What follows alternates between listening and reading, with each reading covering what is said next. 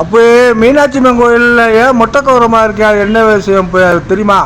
அதாவது சார், அந்த கோபுரம் கட்டக்கூடிய காலத்தில் வந்து பாண்டிய மன்னர் ஆண்டுட்டு இருக்காரு. அப்படி ஆடுற வெளியேற்ற அந்த கட்டணத்தில் வந்து கண்ணில் தூணில் வந்து தேரை இருக்குன்னு சொல்லியிருக்காங்க. அவர் இல்லைன்னு பாண்டிய மன்னர் மறக்கிறார். இல்லை தேரை இருக்கு அப்படின்னு அவர் சொல்றார். ரெண்டு பேரும் பார்க்கும்போது வந்து நீ சொல்ற நான் கேட்கிறேன், நான் சொல்றேன் நீ கேட்கல அப்படின்னு ரெண்டு பேரும் பார்க்கும்போது வந்து தேனை பாண்டிய மன்னர்கிட்ட வழக்கடிச்சதாரே இருக்குன்னு இந்த கட்டணம் கட்டுற ஆசாரி ரைட்டு சொன்னதுக்கு ரெண்டு பேருக்கும் இதாகிருக்கு.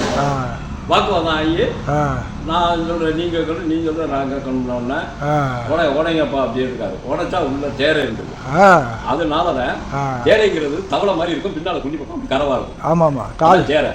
அதனால தான் அது மொட்டை கொட்டை வசம்னு வச்சு அது மாதிரி கட்டளை அப்புறம். ஆமாம் சரி சரி சரி, அதான் மொட்டை கோரமாக நின்று போச்சு. அதான் ரெண்டு வச்சு